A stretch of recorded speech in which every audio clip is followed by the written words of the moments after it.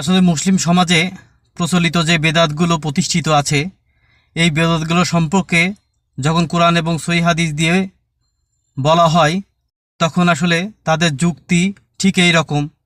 চলুন শুনে আসি রফিক বিন সাইদ ভাইয়ের মুখ থেকে। ইমাম সাহেব, কি বিদাত কাকে বলে? কয় নবীর সময় বিমান ছিল না, বিমান বেদাত। নবীর সময় মাইক ছিল না, মাইক বেদাত।